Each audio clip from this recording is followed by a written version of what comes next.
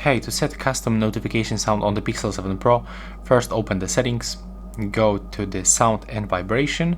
Right now scroll down and go to the default notification sound. And next I'm gonna turn on the volume. There we go. And tap on the My Sounds and select this plus on the right bottom corner. Now you have to open the storage of your phone, so tap on the left upper corner, go to the phone storage, and in my case this song is located in the downloads, and here I can select this song, click right here, tap save, and that's how we can do this. Bye bye!